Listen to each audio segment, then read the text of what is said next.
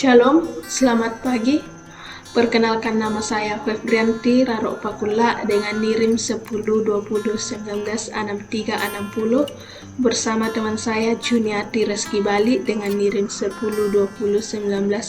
1020197241 dari kelas F Prodi Pendidikan Agama Kristen. Di sini kami akan membahas tentang latar belakang dan hasil putusan Konsili Nisea 325, Konsili Konstantinopel 1381 untuk memenuhi tugas ujian tengah semester yang diampu oleh Bapak Christian Eliezer Randalele M.Pdk. Konsili Nisea diadakan untuk menanggapi ajaran Aurius.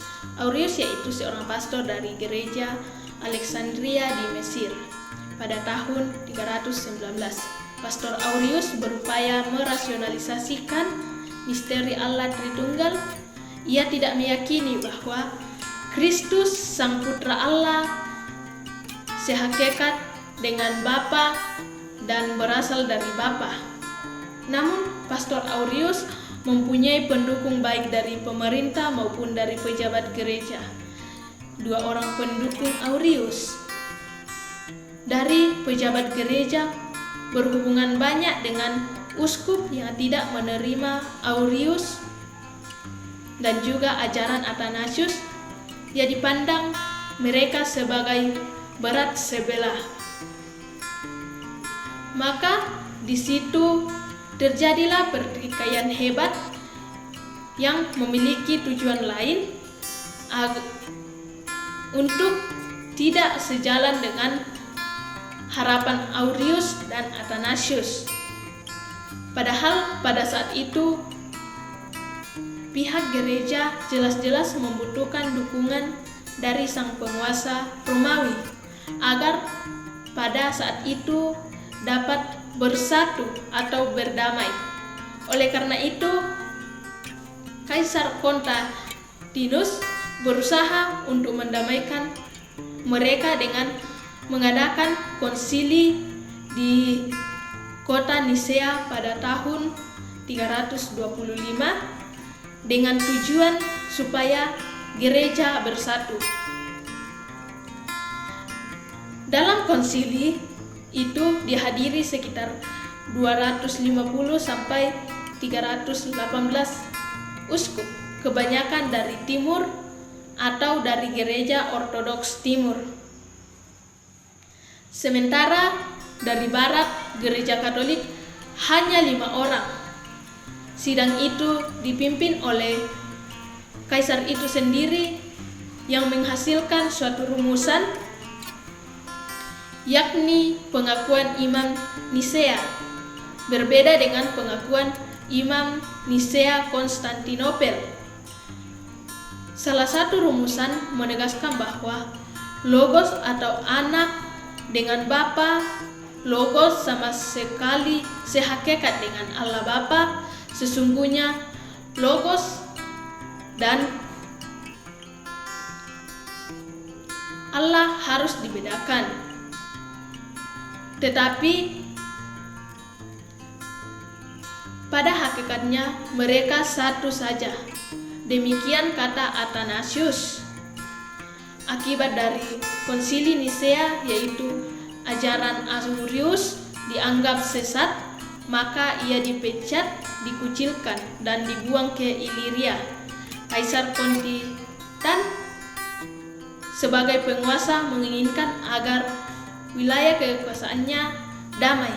Oleh karena itu, ia menulis surat kepada Kaisar Alexandri dan Aurius. Surat itu berisikan tentang ajaran agar Santo Alexander dan Aurius secepatnya menyelesaikan masalah yang terjadi. Dan hasil dari Konsili Nisea yaitu Yesus adalah Tuhan yang bertubuh.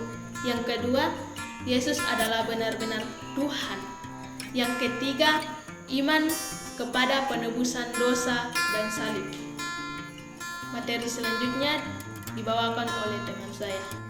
Ya, di sini saya akan melanjutkan yang kedua, yaitu Konsili Konstantinopel.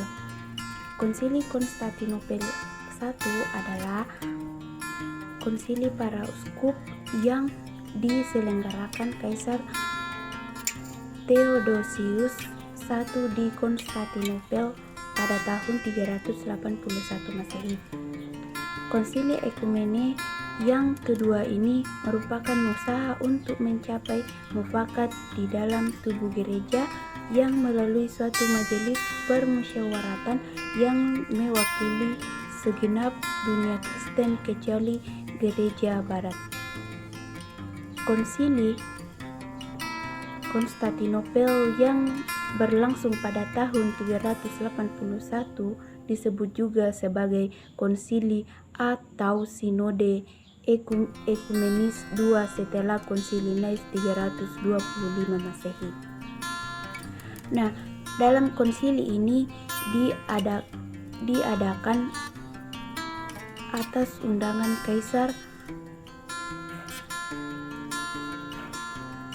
Flavius Gratianus 359 sampai 383 Masehi dan Theodosius I untuk meredam sekte Arianisme yang sedang marak saat itu, khususnya dalam merumuskan ajaran Kristologi mengenai Allah Tritunggal, yakni yang berkenan dengan hubungan antara Bapa dengan Putra dan Roh Kudus, Putra dengan Bapa dan Roh Kudus, dan Roh Kudus dengan Bapa dan Putra. Pertikaian teologia yang hebat dan lama ini baru berakhir sesudah Theodosius Agung menjadi kaisar pada tahun 379 Masehi. Konsili Ekumenis yang kedua diselenggarakan di Konstantinopel pada tahun 381 Masehi, memutuskan bahwa anak itu homoousios dengan Bapa. Dengan demikian, keputusan konsili pertama di Nice 325 Masehi diteguhkan, tetapi dengan pengertian yang lebih terang dan dalam konsili ini mengakui pula Roh Kudus juga sesat dengan Bapa.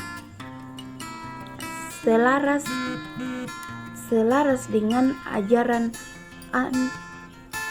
Athanasius, sejarah konsili Konstantinopel pertama sebagai berikut. Yang pertama, konsili Konstantinopel I bukanlah seperti konsili ekumenis pada umumnya yang dihadiri oleh baik perwakilan dari gereja timur maupun barat. Yang kedua, konsili ini tidak diadakan atas undangan paus. Yang ketiga, tidak ada satu perwakilan dari gereja barat yang hadir dalam konsili ini, baik uskup maupun para imam. Yang keempat, konsili ini pertama kali dipimpin oleh uskup Meletius yang pada waktu itu menjabat sebagai uskup Antioquia. Setelah ia meninggal, konsili dipimpin atau diambil alih oleh Gregorius dan Nazianze yang menjabat sebagai uskup Konstantinopel. Yang kelima, yaitu konsili Konstantinopel I ini disebut juga konsili para kudus.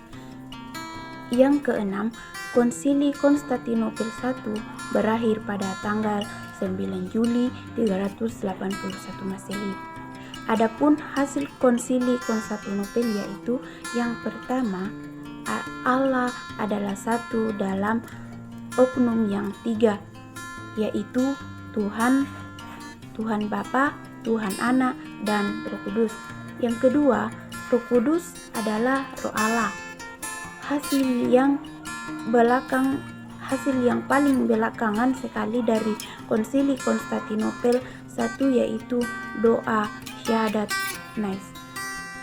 Doa syahadat Nice atau pengakuan iman Nice Konstantinopel atau Credo Nice merupakan hasil dari dua konsili ekumenis yang berjalan di Nice pada tahun 325 Masehi dan Konstantinopel pada tahun 381 Masehi.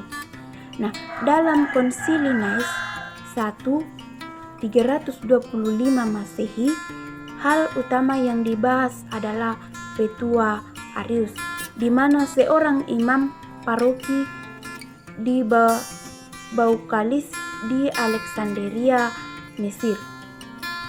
Arius ini mengajarkan bahwa Yesus bukanlah Allah tetapi adalah makhluk ciptaannya.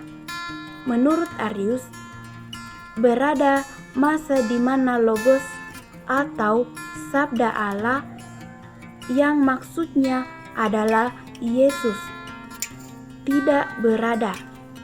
Konsili Nice I menolak petua Arius dan menganggapnya menyeleweng dari petua gereja yang asli. Pengakuan Imam Nisea Konstantinopel. Aku percaya akan satu Allah, Bapa yang Maha Kuasa, pencipta langit dan bumi, dan segala sesuatu yang kelihatan dan tak kelihatan, dan satu Tuhan Yesus Kristus, Putra Allah yang tunggal. Beliau dilahirkan dari Bapa sebelum abad, Allah dari Allah, terang dari terang, Allah benar dari Allah benar. Beliau dilahirkan bukan dijadikan, sehakikat dengan Bapa, segala sesuatu dibuat menjadi olehnya. Beliau turun dari surga sebagai kita, manusia, dan sebagai keselamatan kita. Beliau dikandung oleh Roh Kudus, dilahirkan oleh perawan Maria, dan menjadi manusia. Beliau pun disalibkan sebagai kita saat Pontius Pilatus. Beliau menderita sampai wafat dan dimakamkan. Pada hari ketiga beliau memainkan usaha menurut kitab suci. Beliau naik ke surga, duduk di sisi Bapa. Beliau akan kembali dengan mulia mengadili semua orang yang hidup dan yang mati. Kerajaannya tak akan habis. Aku percaya akan Roh Kudus, beliau yang menghidupkan. Beliau berasal dari Bapa dan Putra, yang serta Bapa dan Putra disembah dan dimuliakan. Beliau bersabda dengan perantara para nabi, aku percaya akan gereja yang satu, kudus, katolik, dan apostolik. Aku mengakui satu pembaptisan akan penghapusan dosa. Aku menantikan kebangkitan orang mati dan hidup di alam baka. Amin. Demikianlah materi yang dapat kami bawakan. Semoga dapat dimengerti dan dapat bermanfaat bagi kita semua.